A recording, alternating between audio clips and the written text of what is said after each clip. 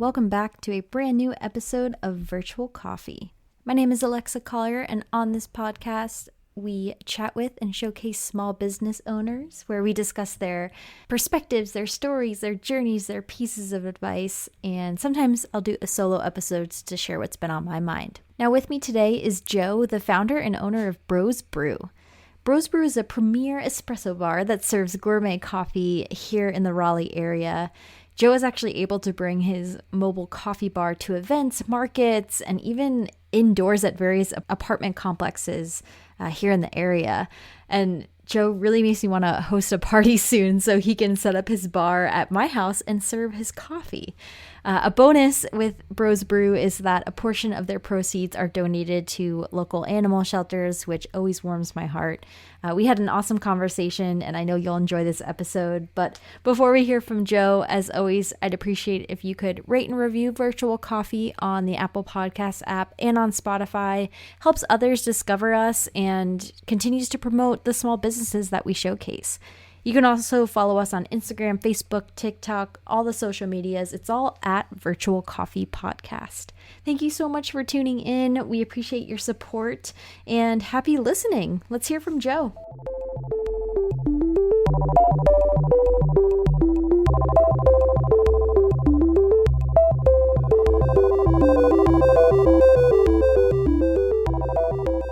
Welcome, Joe. Thank you so much for being on Virtual Coffee today.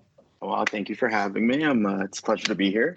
Yeah, looking forward to our conversation. And to kick us off, maybe just introduce yourself a little bit, your company, Brew. Just get us started with what you're about. All right. Well, my name is Joe. Like you had said, the owner and operator of Brew. We are open now a little over a year. We officially opened in May of 2021. I am originally from New York. I moved here actually a little over 3 years ago. I moved here July 1st, 3 years ago. So literally just shy of 3 years, or a little over 3 years. And I've kind of always been in the food industry, hospitality industry since a young age. And then,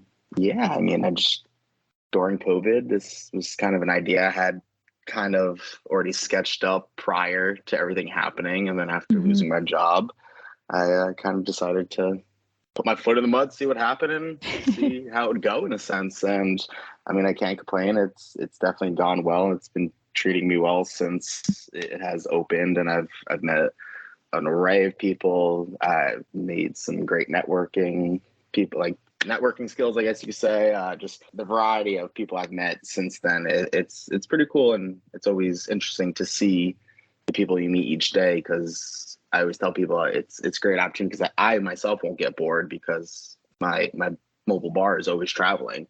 Yeah. My coffee shop's popping up in different towns daily. I mean, one day I'm in Cary, one day I'm in Durham. I could be in Sanford the next, doing goat yoga. But yeah, it's definitely an interesting and fun business. There's never a dull moment, for sure. Yeah, no, that's awesome. And I can definitely relate to a few points there. So, side note, I'm from New Jersey, and my husband and I moved down here summer of 2019. So similar timeline as you, which is awesome. And then Virtual Coffee, this podcast, was also my kind of COVID project. And I've kept up with it as you have with Brew. So for those who might be, unfamiliar with your business, what do you do? What's the mission of Brew? What's kind of the structure? All right, so we are a full service coffee and tea bar, basically, and it is an actual bar. Most people will always think, like, when I pop up somewhere, they're like, "Oh, I'm looking for a truck." Nope, it's a hand built bar. I didn't built myself. Nice. It's got full running water and electric through it, and basically, like I said, we offer teas and coffees, handcrafted, all freshly made in front of you. Offer over 10 plus flavors. We variety of dairy, non-dairy milks. We do all types of events, really, from basic pop-ups, weddings, corporate brunches, grand openings, baby showers, really whatever you can use coffee for. And we don't just do coffee itself. If you have a bartender at the event, we could always team up with them and offer coffee cocktails, or if there's a lot of children, or it's just a summer event, we could always do smoothies and kind of like frappe type drinks also, and flavored teas and lemonades. And then so kind Nice. of the way I came up, I guess you could say, with the name Bros Brew, it's actually, and my logo, it's based off my dog Brogan, which kind of Mm-hmm. also explains the mission of Bros Brew. So Brogan himself is a rescue. I rescued him when he was about 4.5 months old. He was not in the greatest condition. And so I've had him now, he's 11 years old.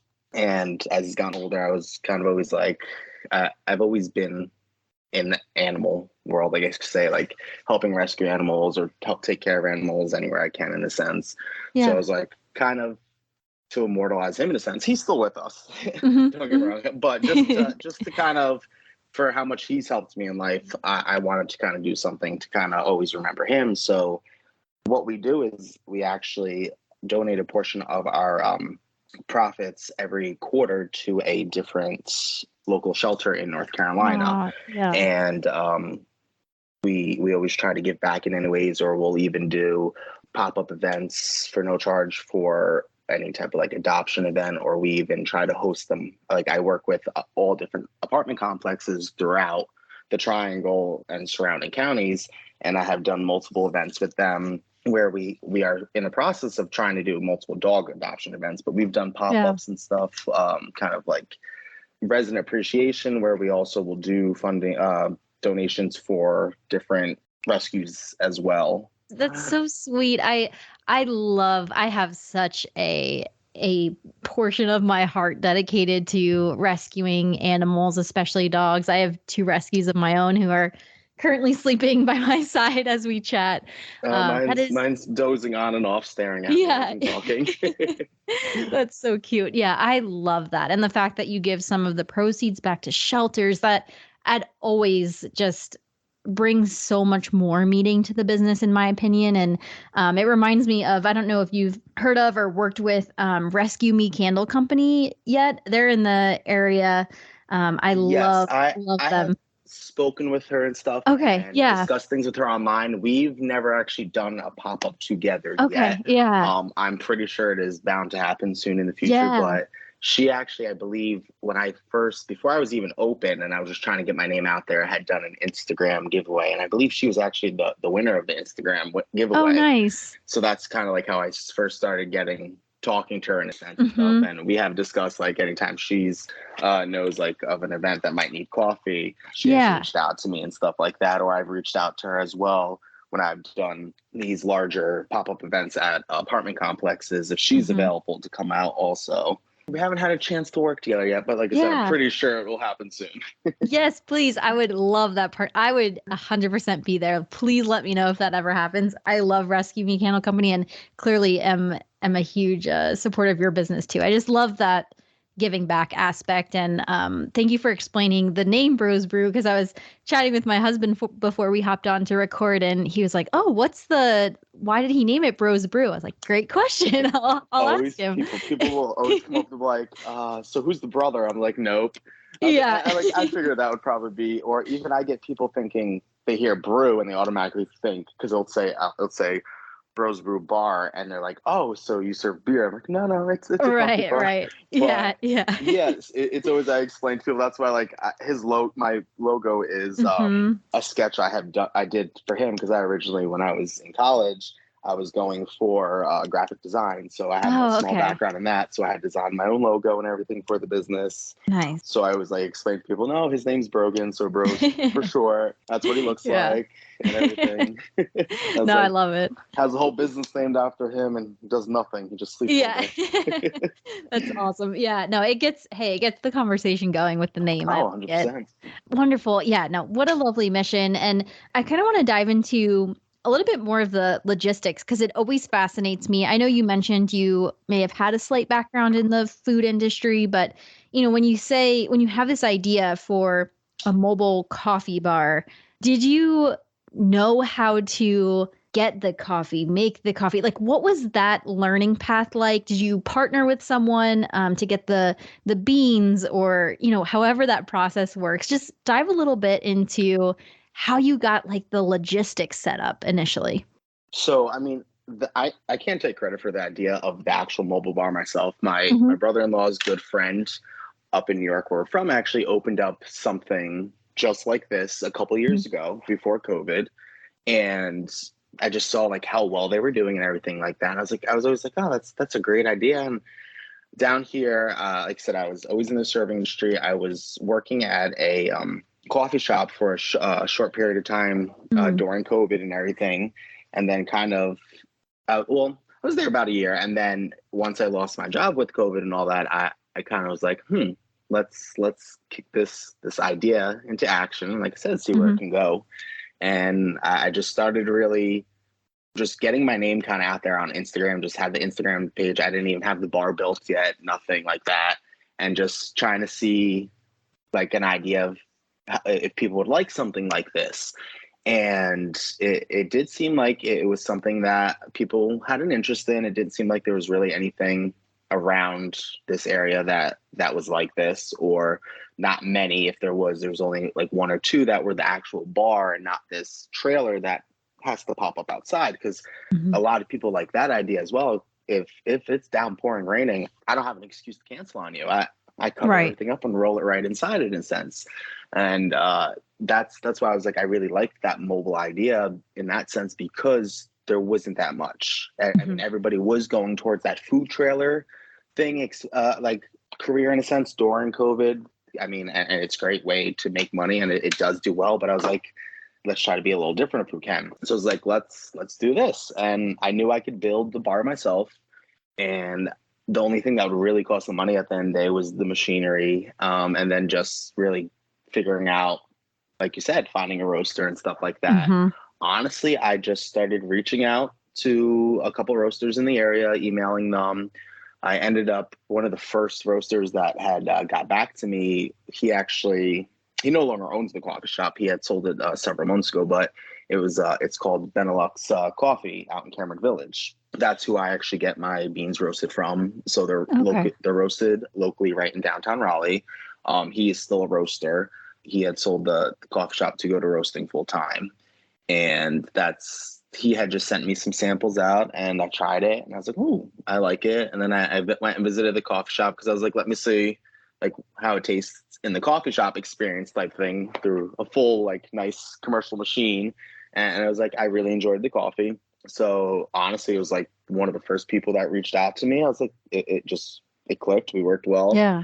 And that's like, so I've worked with him since, getting my coffee and everything.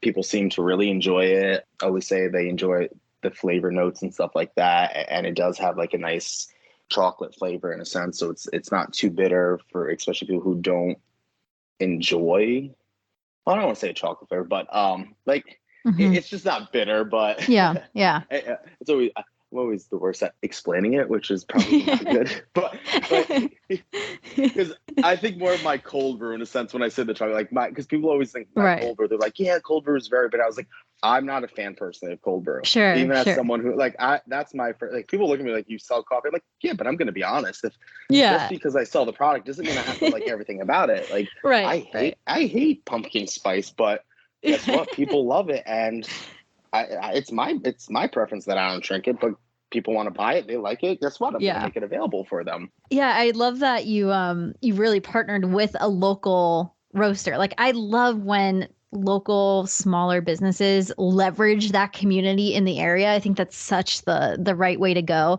And you touched upon like quite a few things in there that I like. The first being that you kind of just started the Instagram at first. To me, that's doing user testing and seeing if you have that like product market fit, which yes is in my opinion the 100% right way to go.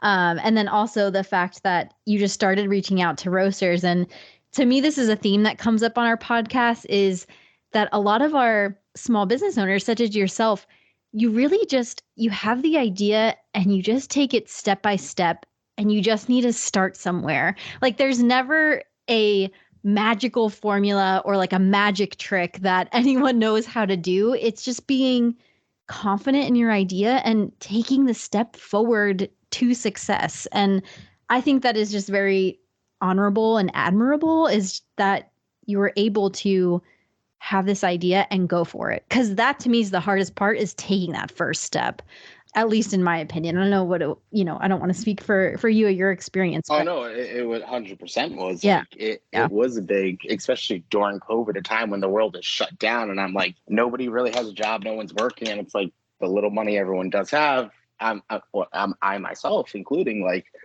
I'm taking to invest into this business where I yeah, literally could lose everything in a sense. yeah, yeah. And I had plans drawn up for the bar, everything, and I was like, even at the end of the day, I didn't even look at those plans. I just whatever. I just took the wood, just started cutting, and I just Nice. built what I built. And I was like, Yeah. I got pallets off of Facebook for free, power washed them, sanded them, whitewashed them afterwards. Like, some of the materials I had already from being in construction as well most of my life. Because prior to moving down here, I had a small handyman business for a little over 5 years. I mean, I've been in construction most of my life as well. Hmm. My father has a construction background. My mother has a restaurant hospitality background. That's why I'm very well versed in both in a sense. But yeah, so I kind of was like, let me build a bar. And then once I kind of built it and got that going, I was like, okay, this is a thing, I guess. We're gonna make Hmm. it happen. Yep. And then I just, once it was built, I started reaching out to people. I like just offering a free pop-up service, like not even asking for any type of deposit, just to kind of see like how it went. I did a small pop-up out in Apex. It was early May, I believe, of last year. And then my second event was the Man Expo, actually. That was my only second event I've ever done. And the first pop-up I did, I maybe had like 6, 7 people come out. I mean, everyone enjoyed it. They liked it and stuff, but it was what it was. I wasn't really expecting anything at the end of the day. I didn't know Hmm. what to expect. But then I did the Man Expo for the 2 days, and that's when I think I really realized that I kind of had something a little different or more unique, because the woman that ran the show was even asking me, can you come in earlier? All the vendors want you to come in early so they can get coffee before they set up. And then like I would always have a line, and I'm thankful for that. I mean, it pays the bills, but it Hmm. definitely it was just it did let me like kind of see like, wow, this is something that I can go with, and definitely is the right way to go and stick with it. I just have to push and push. Yeah. And then that's when I started to reach out, because we were still in COVID kind of at that time too. I mean, we kind of went back come November time. I think we went to, what was that, like second, like almost shut down in a sense, not really, but back to everyone wearing masks Hmm. 24/7. That's when I like kind of when that started letting up again, I started reaching out to the apartment complexes. And I think that's really what helped me get my name out and like really get out there, because most people are still, even till this day, a lot of people are working from home. And what's better than, you don't even have to, you could literally get up off your computer chair in your pajamas, hit the elevator button, go downstairs and get a handcrafted latte that you would have to get in your car and drive down the road to go to a coffee shop. I'm bringing that experience to you, and I think that's what a lot of people really enjoy, even if it's not this wedding or this extravagant event. It's just something as simple as, oh, I can come downstairs and get this handcrafted drink, versus the monster Keurig they have sitting in the Hmm. clubhouse type thing. And people, they really enjoy that. And I think our apartment complexes really have noticed that I work with, that they enjoy it, because over probably 80% of the apartments I've worked with in the last year, I am there monthly or bi-monthly at Oh, least. nice. Nice. And I have gotten such a well clientele and customer base just from there alone. Like I said, I've even worked with a couple other apartment complexes I've worked with. We've set up like resident appreciation events, like so, where we've had other vendors that I've contacted to come out, that I've worked with, that I'm like, hey, I'm trying to bring in people that, hey, I know you're a small business. I'm not going to charge you to set up, but we're doing an event. We want to see how it works out. And I mean, the first time I did it, it was over at Lee House Apartments, and it was great. I mean, it wasn't anything amazing, but Hmm. all the vendors that were there, they all said they did very well with themselves, and they were kind of happy with it, especially not having to spend money to be there. Because being a small business owner, a lot of these pop-ups, people don't realize you have to pay for, and some of them aren't cheap. Yeah. So you go to these things hoping you make money, and sometimes it's not even due to your doing. Sometimes the people setting up these events are booking multiple vendors of the same product. So Hmm. now Yeah. that tends to, and it's like, you have no control over that. And it's nothing against your business. It's just someone might have stopped to the other jewelry place or the other photography place before they got to you. And some people, I feel like, don't realize sometimes you have no control over that as a business owner, but will take it to heart or take it personally. And you can't. It's nothing, like, people aren't judging your business, I don't think, in any way. It's just, like I say, you just have another competition there. And that's why I would say it's best to just be friendly with all your small businesses, get to know each other, because it's the best way to get your name out there. You talk to each other, you recommend each other, because that's how we all make money at the end of the day. If I was taught at a young age at one of my first jobs that there's no point in bashing your competition. You should always praise your competition, because at the end of the day, people are going to go where they like. They're going to go where they enjoy. They're going to go where they get good food, drink, or good service. And not even that, just the great hospitality. Sometimes the food or the drink might not be the greatest. It's the conversation.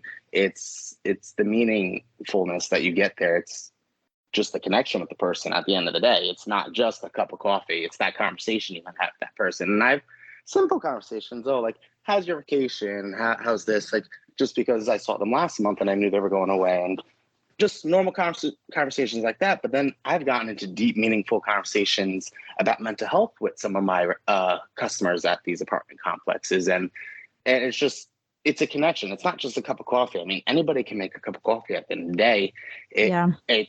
That's what I truly enjoy it with the traveling part, is because I am meeting an array of people constantly. I'm going to the people. They're not coming to me. So I get to see more of a variety, more of an array, make more of a connection with people. And I like that in a sense, because I'm a very open-minded person. I always like to see people's opinions and views on things, and kind of go off of that. Like, my biggest motto in life is, like, you do you. I mean, at the end of the day, we come into this world alone and we leave it alone. So I believe you do what you have to do to make you happy. But if something doesn't really, if it's not affecting you in any way, there's no point in letting it bother you. And I just feel like it's like I say, it's a great connection sometimes with these customers, because you never know where the conversation is going to lead. Like I said, it could literally just be, oh, how's your day? How this? Or it could be this meaningful conversation that you don't know, that person really might have needed that day, in a sense. And to me, it's just another conversation. But to them, it could have been, wow, I needed that uprise, or oh, you know what, I needed that little pat on the back type thing. Like, you never know. Like, that's why they always say, even just holding a door open for someone can make someone's day. And same with just the small conversation with serving a cup of coffee, I think can make someone's day as well, or just change how people think or go upon their day. I appreciate your perspective on that, because you're very focused on, of course, putting out a good product, building a great bar, but also the experience that you're providing people. Because to your point, you're going to them, and it sounds like you're very much focused and prioritize just creating an overall good experience. And to me, that's the essence of any reason we choose something, right? To go to, like, your coffee shop, for example. It's like, because you provide such a good experience that people want to support you and talk to you and get the experience. I really like that. And I can hear the passion in your voice when you speak to that. I also think, just going back to what you said earlier, going to the apartment complexes, that's such a good idea, because I find a lot of the mobile businesses, no matter what they're selling or providing, really stick to like the markets and like the fairs. But I love that idea. Like, that's unique. You often don't see mobile businesses like that at the complexes. And I think that helps you stand out. I just think that's really smart. It's a really good business move. A lot of people have said that, like, when I go to these, and that's why I say, like, it's even more unique that I'm not this truck, because a lot of these food trucks, it starts downpouring or it's scorching hot outside. And I even tell my customers when they come, they're like, oh, you're not a food truck? I'm like, no, I don't want to be outside in this heat, or I don't want to be. I'm like, I mean, yes, down the road, I might get a food truck, make it a coffee truck, but I enjoy being inside in the AC if I can. I mean, I do outside events plenty of times, outside weddings, outdoor pop-ups, but that's also why I like it in the senses that I can be indoors, because I have had weddings where they've planned to have me outside and they're like downpouring, raining, but they can just squeeze me in a corner. I just need a basic outlet and I'm good to go.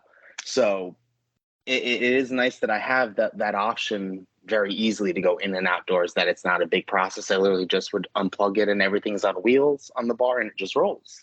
That's neat. Yeah. And a lot of people, I think, also like the aspect with it, with like I said, the apartment complex, because it is more unique, because you get your basic food trucks. Nobody really has seen a coffee bar going to a apartment complex. And there's a lot of residents who also say they enjoy it because 90% of the time that a event is happening at an apartment complex, it's in the afternoon or at night. So this kind of caters to a lot of these people who there's some apartment complexes I get to at 7 in the morning, 6 in the morning to set up. So I can start up serving by 8 a.m. so they can grab a coffee before they leave. And they enjoy that because they're at work when sometimes by the time that food truck that came for lunch or early afternoon is gone. So I have had people who are like nurses that work the late night shift. They're coming home and they're like, oh, this is great. I can get a cup of coffee, just what I need. Yeah. And they'll even say like, I don't ever get to really go to these events. So I think that's also more unique in that sense, is that it does cater to a different array of people at these apartments who don't get to really experience the events, depending on their jobs or their lifestyle and things like that, who might not be at home during the day or at night, but are passing through early in the morning and stuff. Yeah, no, that's great. I really like that experience you're creating, and the thought that you put into it as to like why you're going to the apartment complexes at what time, like very, very well thought out. Does your bar and setup fit in like a residential home? Have you ever set up like for a party in a house, or is it more larger venues? No, so it's funny you actually say that. So there is an apartment complex actually out in Fuquay called Abode Geneva, and I believe that is the name of it. They're actually homes. They're not townhomes. They're not apartment buildings. They're actual homes from 1 bedrooms to 4 bedrooms, and they did a coffee with cops event with the Fuquay Police Department in, I want to say it was like early spring, maybe late winter. And they didn't have their leasing office built yet. So they had me set up inside of their showroom. Well, the showroom, which was just a house. And right. It does. The way I built it, it fits through a basic standard door. Nice. Like you don't need a double doors, nothing. It fits through a basic door. The only thing is, if there's multiple steps, that's the only thing that would stop me from really getting into a house. I do have ramps for like smaller steps and stuff like that I could do if I needed to. But yeah, we rolled it right through the hallway, and I set up right inside of the dining room area. Didn't have to move the table or nothing. Like I said, the bar is really itself's not big. It's only about 5.5 feet long, and it's a little over 2.5 feet wide. Nice. So it's really not too big when it comes to it, and it really don't. I mean, it weighs a little, but it's nothing too heavy, because when I built it, I knew I would be moving it myself 90% of the time. So I made it so it was easy to move around and stuff. Like I said, it fits in most elevators for the most part. It fits in as long as it's a decent size elevator, or it's an all service elevators too. I've done multiple events where I've had to go up and down elevators and stuff like that. I mean, it just fits, but it fits. Yeah, that's awesome. That's great to know about the houses. Of course, depending on the step situation, that's understandable. But that's because we could always I could set up in a garage. I could set up on your back patio. I mean, I did a baby shower about a month or two ago, and I just rolled it. I rolled it right through the grass into the backyard. They had a bunch of tents set up, and I was set up in the grass. I mean, it's the nice thing about the bar. It's versatile. So I can make it work in a lot of spots if I need to. Or it's easy to compromise. Like, okay, it's not going to work here, but we can quickly put it here instead, and it's not going to take up much room, or you don't have to move really anything. Nice. Now I want to throw a party just to have you there, because it just sounds, I love that. Like, and it also, in my opinion, like really elevates the party experience. Cause it like, think if you're a attendee, you're like, wow, like there's a person serving coffee here. Like, how cool is that? Yeah. I like that a lot. That's awesome. If it's an outdoor party type thing, it's not, you have a ton of kids there. Like, so we could do smoothies, flavored lemonades. Like for the baby shower, we had offered, besides the coffee and teas, we also had flavored strawberry lemonade as well. But yeah, it's like all different stuff. So you can also offer things to your non-coffee drinkers as well. Yeah, that's great. So throughout, our entire conversation here, you have been giving tidbits of advice and really great advice, but just wanted to ask you directly, do you have any specific pieces of advice for those who are a small business owner or want to kind of jumpstart this idea in their head? Any specific or that like one or two pieces of advice that you'd want to give fellow small business owners? Kind of just go for it. If it's something you're truly passionate about and really want to do, and it's not just like, oh, I just let me try it out and I might get bored of it after a day, but it's something you Mm-hmm. actually kind of care about and want to do, just I would say go for it. I mean, there's 100% going to be so many people out there that aren't going to think that it's going to do well or might not support you, and even the people that your family, friends, and it's not always even a negative way. They're just kind of making sure that in the long run you're in a safe spot financially, and you're not going to put yourself in a hole or something like that. But I would still say just go for it, but always expect that negativity from people, but not even people yourself. Like as a business owner, I think we're probably harder on ourselves than anything, because Yeah. we feel like, all right, if we have a bad week or a bad pop-up, like, okay, did I make the right decision? Was this worth it? Maybe I should be doing like, and I feel like every small business owner, especially in the beginning stages of running a business, it's something that will always pass through their mind. But then you got to remember, like, you're going to have your good days, you're going to have your bad days as a business, just like any business. I mean, Mm-hmm. multi-million-dollar corporations, they have their good days, their bad days. It's just getting through it and figuring out, okay, things that work, things that don't work. And I'm always someone, like, I'm big on like trial and error. Like I'll Yeah. test the product out, like, oh, let me see if I'll, like, recently I started selling coffee soap at my, because I like at most of my pop-ups, I'll have a little like gift shop area where you can buy mugs, beans, or even like I said, now I'm offering soap. And like I said, I just bought a couple things of soap from a local person that makes coffee soaps, and I was just like, all right, let's see how they sell. I mean, they sold well, but I was like, I wasn't going to go buy 20 million boxes of it. I was like, let's see Sure. if it sells. Let's see how people kind of like it. And I said, okay, this type of markets bring them. These type of markets don't bring them. Like the apartment complexes, people love it. If I'm doing an outdoor market, like at a fair, or let's say a park, I'm not going to really bring them. A, because there's most likely another soap person who's hand making their soaps themselves, so I don't want to take business away from them. And Mm-hmm. B, it's I can offer a different product in a sense. I can bring more mugs, or I could, like I said, anything in a sense, any type of gift shop thing that you'd see at any type of coffee shop in a sense. But yeah, I would just, like I said, back to you were saying, like giving that advice is just go for it. Like I said, you're gonna have your dark clouds, your bad days, but at the end of the day, if you truly care about the business and enjoy what you're doing, it's worth it. Even if you're not making millions, it's a slow climb. And I mean, I Yeah. even told myself from day one, no business really, I feel, does very, very successful till at least almost their 2 to 3 year mark, after, Mm-hmm. like, with your startup costs, things like that. I mean, you run into struggles throughout, things you weren't expecting to happen for sure. I mean, I myself have ran into plenty of dilemmas throughout this, but you get on with it, you figure something out, and you work your way around it and Yeah. keep going at the end of the day. No, it sounds like you've just really stuck to your passion. And to your point, you're testing things out, see what sticks, that trial and error aspect that you were mentioning. And you're just taking it step by step. And it's something that, as long as it's something you want to do, right, and you're passionate about, like that's what really matters. And that's what really gives you the fuel to keep going through the good and bad days. So yeah, love that advice. It's very helpful. Yeah, no, Excellent. like I said, it definitely has helped me out for sure. Yeah. Getting through Yeah. those tougher days for sure. Especially someone like me, I have a million hyper fixations where, like, oh, I want to start this business, I want to start this business. Oh, let's try Yeah. this out. But I can honestly say, like, this is something where I do enjoy doing. Like, yeah, I had a Nice. small, like I said, a small handyman business, but even that, like, that was just something I've done my whole life. I knew I was good at, Hmm. and I knew it could make money, but I enjoyed doing it, but I didn't really, really enjoy doing it. Sure. And like versus this, it's like I wake up and yeah, I might be miserable for the first couple minutes. Like, do I really want to do this pop up? But by the time I get there and like I really start talking to people, I'm like, yeah, no, I like it's worth it at the end of the day. Right. It's those Yeah. connections you make.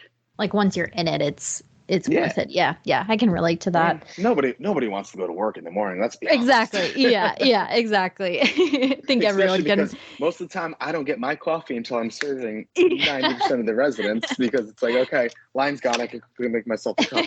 That's a good point. That's very fair. Wanted to jump to the future of Bros Brew. Any goals, milestones, plans, anything you want to share with the audience? So, I mean, we were actually in the process of getting a second smaller mobile cart to do smaller type pop-ups, a bar that kind of collapsed down. It's very easy to move around. And sadly, after the house I've been living in for since I moved here was no longer available for rent. So I had to then take a large chunk of that savings and put it towards finding a place that was suitable for me and my business, not just a house to live in. I have to find something that I find up to my standards to run a business out of, just cleanliness wise, like make sure the house isn't falling apart and things like that. But even just in this market, finding a home was very, very hard, applying places and things like that. So that was a rough one, but I found a place, and then sadly, as well, I decided to start moving my truck that I use for moving my bar and everything. Decided to take a crap. Oh no. So I originally, when I first with the moving, when I had to take out the large chunk out of my savings for the second bar, I was calling it Bros Junior. We had started a Kickstarter to kind of hopefully get some of the funds to finish off purchasing the bar, since I had used a good amount of my savings for the actual finding a place to live and things like that and the moving. Yeah. But then after everything with my truck now, I actually turned the Kickstarter into kind of like just keeping Bros Brew going at this point. Yeah. I'm still doing my apartment complex pop-ups and stuff, but I did just for the month of July and August, I temporarily put a hold on like private events because I don't want to, until I know my vehicle situation, I didn't want to take on a job and then ruin someone's special day, and then also give myself a bad rep in a sense. Yeah. I'd rather just take the loss on a job and say, okay, as much as I would love to do it, at this point I'm not comfortable enough to do it in a sense. But so I had switched my Kickstarter and stuff to that in hopes to maybe financially that. But realistically, at the end of the day, I do plan to still open up. I'm hoping to have a second bar up and going still. Somehow, some way, I'll make it happen by November. Yeah. Nice. And then honestly, I do within, not like anytime soon, but within like 2-3 years, maybe open up some type of brick and mortar.